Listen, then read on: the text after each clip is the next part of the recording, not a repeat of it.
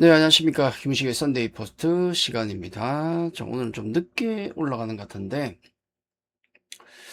자, 이번 한 주를 우리가 생각하면, 뭐, 이런 일도 있지만, 좀 황당하긴 하네요. 어, 네, 통과. 자, 지난주 증시 정리를 우선 하면, 자, 지난주는 그 국내 증시 코스피가 그 전주만 해도 급락을 또 이어왔었는데, 이번 주는 지난주는 미증시는 좀 쉬어간 흐름이었고, 특히 우리 코스피와 코스닥이 굉장히 많이 올랐죠. 야, 대단하다라고 생각할 수도 있겠지만은 그게 아니죠. 그 전에 우리가 워낙 급락이 나왔기 때문에 가능한 상승이었다.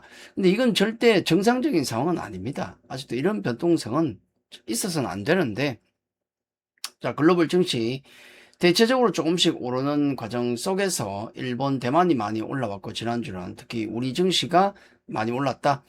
여기 코스피 주봉을 보시면은 이렇게 몇 주 만입니까? 하나, 둘, 셋, 넷, 다섯, 여섯, 일곱, 7주 연속 하락 이후에 지난주에 처음으로 주 단위로 반등이 나왔던 겁니다.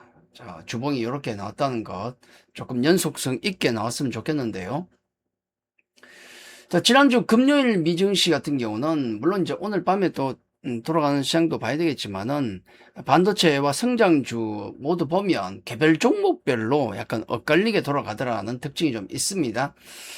샌디스크가 여전히 강세를 이어갔다는 점, 특히 샌디스크가 투자자의 날 행사 이후로 강세가 계속 이어지고 있다는 건 굉장히 인상적이고, 자, AMD의 강세, 마이크론의 강세도 우리 쉬는 동안에 좀 이어졌다. 그렇게 보시면 될 것 같고요.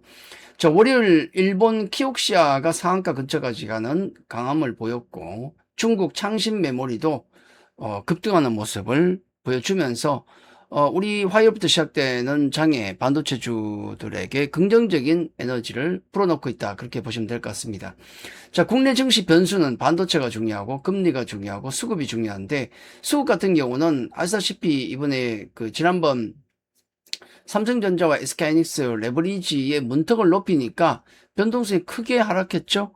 시장 전체 변동성도 하락하면서 다른 쪽으로 수급이 확산되는 모습을 보였는데, 물론 안타까운 점은 이미 그 과정을 통해서 상당히 많은 신용융자, 대출 등이 청산됐다는 점은 대단히 안타까운 일이긴 합니다. 거기다가 고객 예탁금도 137조에서 100조까지 떨어지는 이런 좀 아쉬운 모습을 보였죠. 이게 의미하는 것은 수급이 전체적으로 좀 약화됐다는 것을 의미하고, 그리고 집중이 아니라 어딘가로 확산되고 있다는 것을 의미한다. 자, 이게 시장의 어떤 키워드다. 실제로 코스닥 액티브 ETF들을 살펴보면 요건 타임 건데요. 거의 반도체 쪽으로 많이 몰려있던 그런 수급들이 알테오젠, GNC, 그다음에 레인보우, 또 SPG, 로보티즈, 에코프로 등 이렇게 반도체뿐만 아니라 비반도체 쪽으로 또 확산이 되고 있다는 점은 눈여겨볼 만하다라는 말씀을 드립니다. 자, 그리고 금리 불안 같은 경우는 전쟁 관련해서는 여전히 피곤합니다. 지금 60일 MOU 협상이 이제 종료가 되는데 이거 이후에 과연 어떻게 될 것인가. 글쎄, 요 이제 17일, 그들 시간 17일 이후로 종료인데, 뭐 연장 속시도 있습니다만은 이건 뭐 확인을 해봐야 될 것 같아요. 좀 더 두고 봐야 된다는 말씀을 드리고, 지금도 어쨌든 찌글찌글 이란 쪽은 답답한 모습을 이어가고 있다라는 말씀을 좀 드리고, 다만 물가지표 지난주 CPI와 PPI 같은 경우가 예상 부합, 그리고 또 예상을 합의하면서 그나마 이제 겨우겨우 금리를 좀 누르고 있는 모습이고, 특히 최근에 이제 9월 FOMC 동결 확률을 보면 상당히 낮았었는데 인상 확률이 거의 뭐 70% 이상 이렇게 높아지다가 최근에는 다시 9월 FOMC 동결 확률이 다시 높아지고 있다는 점은 그나마 조금 금리 불안을 가라앉히고 있다, 그렇게 봐야 될 것 같습니다.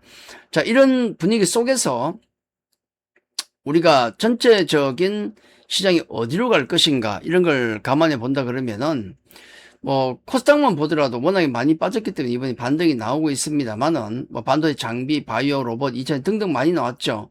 근데 시장 지수 자체가 굉장히 많이 올랐습니다. 낙폭이 컸었기 때문에 전체 시장이 순환매가 돌아갈 때는, 이럴 때는 오히려 지수가 좋죠. 코스닥 150 레버리지 ETF 같은 경우가 2주 전부터 말씀을 좀 드렸는데 이게 50% 올라버렸죠. 2주 동안.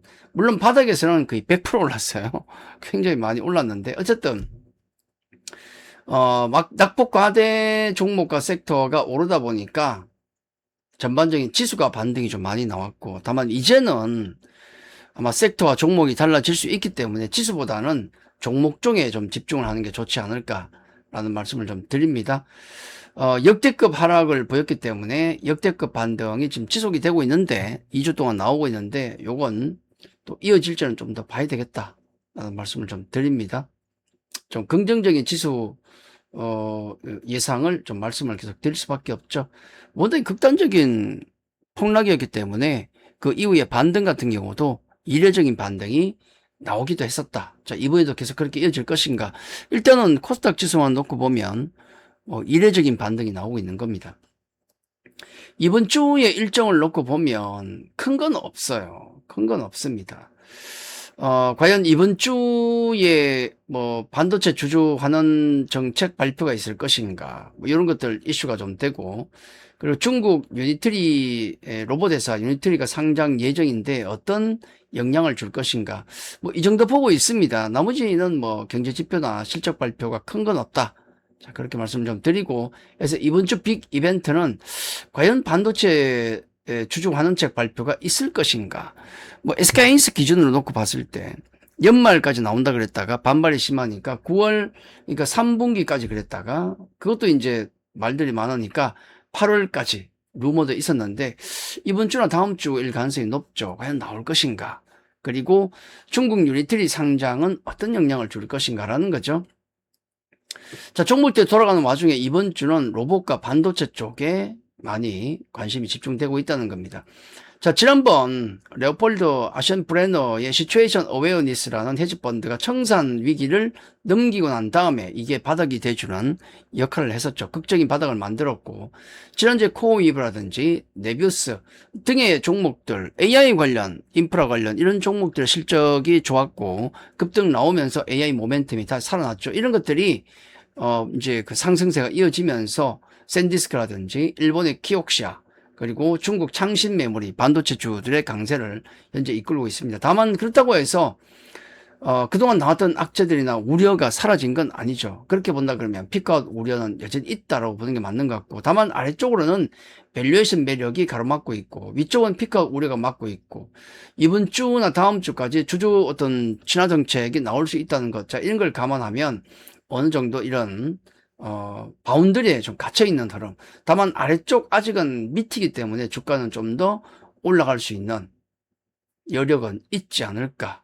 특히 이번 주에 또 여러 가지 또 반도체 관련 이슈가 많다, 그런 걸 감안하면 반도체주들의 추가 반등이 기대가 되고 있고, 자, 거기다가 미 상무장관이 값싼 중국 메모리를 자꾸 쓰려고 하죠. 애플이 거기에 제동을 걸고 있다는 소식도 국내 반도체 기업들에겐 도움이 될 것 같습니다.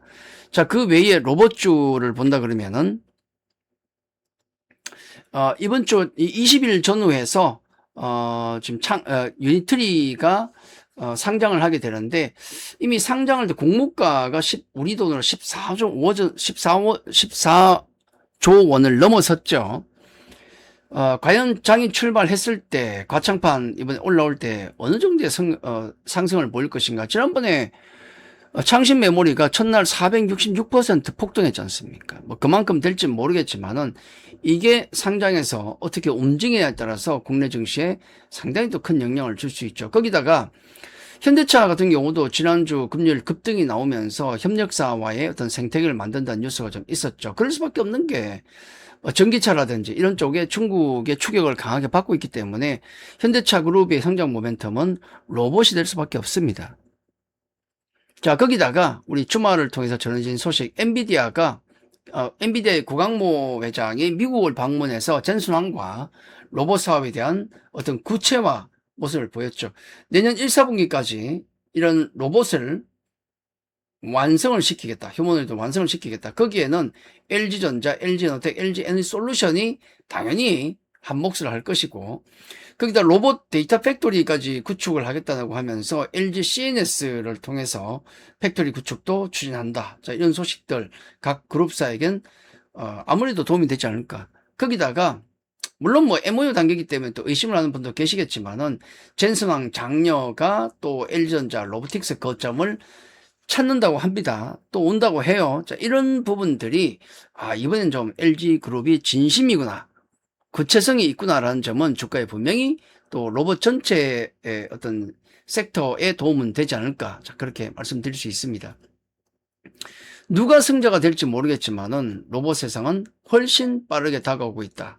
그렇다면 로봇에 대한 투자는 당연히 돼야 된다. 특히 이번 주에 굉장히 큰 모멘텀이 될 수도 있는데, 제가 이제 평소에 작년부터 많이 말씀드렸던 로보티즈 1253% 13배 올랐어요. 그때부터 해서.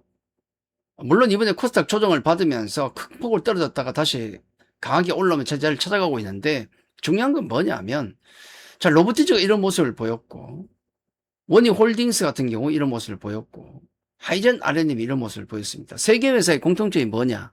모두 작년 10배 이상 올라온 종목.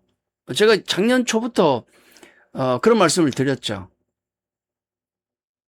앞으로 10배가 나온다면 그건 로봇주밖에 없을 것이다. 실제로 작년에 재작년 말부터 보면은, 작년 통해서 보면 10배가 종목이 로봇주에서 10배 간 종목이 로봇주에서 3개가 탄생했죠. 하이젠 RNM, 원희홀딩스, 그 다음에 로보티즈입니다. 제가 강조했던 로보티즈. 근데 보시 위치가 달라요. 로보티즈는 아직도 저렇게 고생했다가 다시 올라오면서 제자리를 찾고 있지만은, 원희홀딩스는 아직도 절반을 못 회복시키고 있고, 특히 하이젠 RNM은 제자리에 거의 와 있죠. 이 차이가 중요하다. 바로 이 차이가 중요하다. 이번에 로보티즈 같은 경우는 이번 주에 로봇 컨퍼런스가, 중국에서 열리는 로봇 컨퍼런스가 있는데 한국 기업 중에서는 유일하게 참여한다. 왜? 경쟁력이 인해서 별로 없기 때문에 로보티즈가 지금 유일하게 참여합니다. 이게 저는 중요하다고 봐요. 이게 중요하다. 로봇주 좋은데, 정말 좋은 종목도 많겠지만은 그 중에 살아남는 기업은 많지는 않을 것이다. 길게 보면 2023년 7월 말까지 이전주가 폭등을 했습니다. 7월 말 이후 이전주가 몰락했는데, 그해 같은 2023년 8월부터 삼양식품이라는 슈퍼스타가 탄생했죠. 자, 2026년 올해 7월 반도체주가 급락했습니다. 몰락은 아니에요. 반도체주는 더 움직일 수도 있고 그렇게 봅니다. 다만 이런 큰 어떤 변화가 오고 난 다음에 슈퍼스타는 누가 될 것인가? 아마 이번 남은 하반기는 이 싸움이 될 것이다. 저는 그 안에 반도체도 있겠지만 바이오도 있겠지만은 역시 로봇주가 중심이 되지 않을까, 개인적인 생각입니다. 모두 가능성을 열어두고 가야 되겠죠. 자, 이번 주에는 반도체주와 로봇주의 모멘텀이 많다라는 말씀을 드리면서 오늘 마치도록 하겠습니다. 자, 여기까지입니다. 감사합니다.